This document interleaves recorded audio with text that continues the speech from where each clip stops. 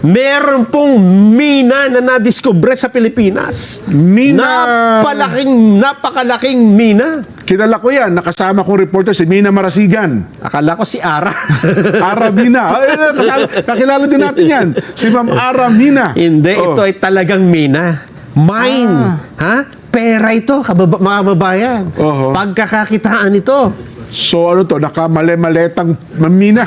Nakalagay sa maleta ito, Nelson. Nasa ilalim ng lupa. Ito, sabi natin. Totoo palang mina ito. Totoong mina ito. Baka naman sabihin nyo, baka naman yun eh, kwentong kutsero lang. Konti kwentong barbero. Ay, hindi po. Dahil ang nagkwento nito ay hindi naman barbero dyan eh.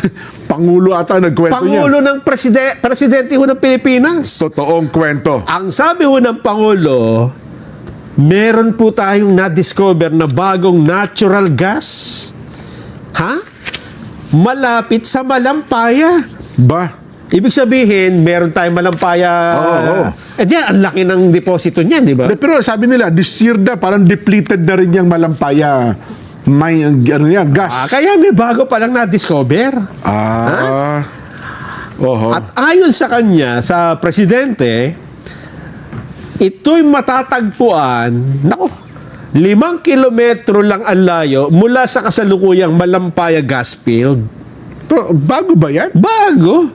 Ganun ba? Unang beses daw po ito sa loob ng mahigit 10 taon ay na-discover itong Malampaya East 1. So meron palang exploration sa lugar na yan, ha? Meron. Siguro nga dahil sinabi mo ubos na, nagtingin-tingin sila sa katabi. Hindi kasi dati, naalala ko nung kakwentuhan pa natin si Ruben Lista. Di ba kaibigan natin yan? Yung dating PNOC yan eh. Kasi yung daw Malampaya, parang bloke. Ito kasalukuyan ngayon, bloke. Isang bloke pa lang.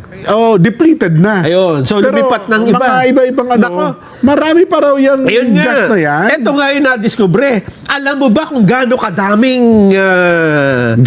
Kung gaano kadaming natural gas sige ang makukuha dito? Ay, nako. Sige nga. Ilan ba bahay sa Pilipinas din? Bahay sa Pilipinas? Ilan nga mga bahay? May milyon-milyon. Marami yan. Nako, kahit pa pag sabay-sabayin mong sindihan, pati isama mo na yung mga building, kaya daw hong supplyan nitong Malampaya East 1 sa loob ng 1 taon. Wow! Nako.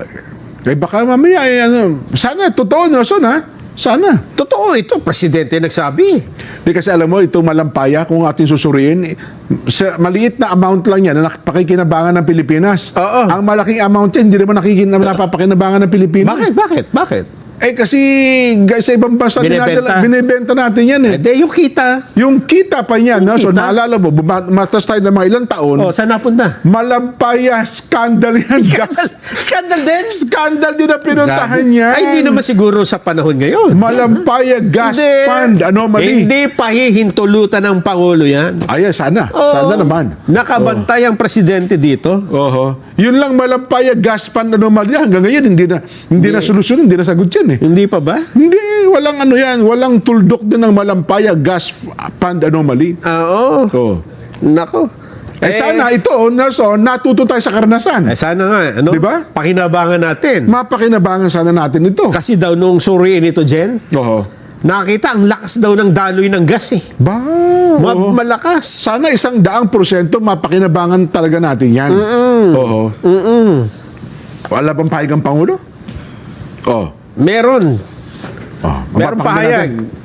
Kaya lang. Magandang araw po sa ating lahat. I am pleased to inform everyone that for the first time in over a decade, a significant natural gas discovery has been made. The discovered reservoir, called Malampaya East 1 or MAE-1, is located about 5 kilometers east of the existing Malampaya field.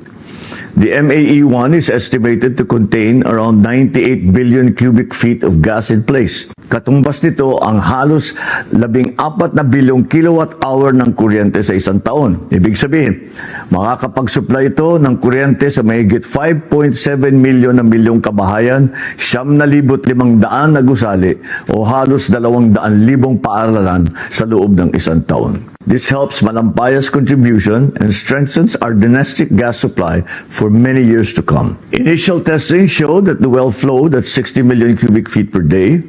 This indicates that the well has the potential to produce even more, confirming it is a high productivity resource comparable to the original Malampaya wells. Aside from the natural gas, the discovery also includes condensate, which is a high-value liquid fuel. This additional resource can help support the government's efforts for the stabilization of our power supply. Ipinagmamalaki rin natin na Pilipino ang nanguna sa drilling na ito. Higit sa lahat, natapos nila ito na walang aksidente o environmental incident. MAE-1 is the first milestone under the Malampaya Phase 4 drilling campaign, which also includes the Camago 2 and the Bagong Pag-asa wells. The next steps are the completion and testing of the Camago 3, followed by the drilling of the Pag-asa exploration well to pursue more potential gas resources.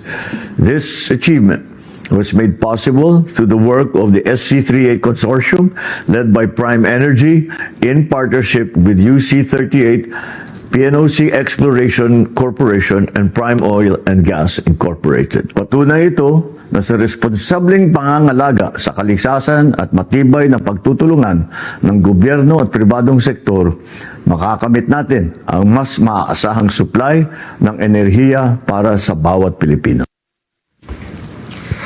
Ayan. Ayun.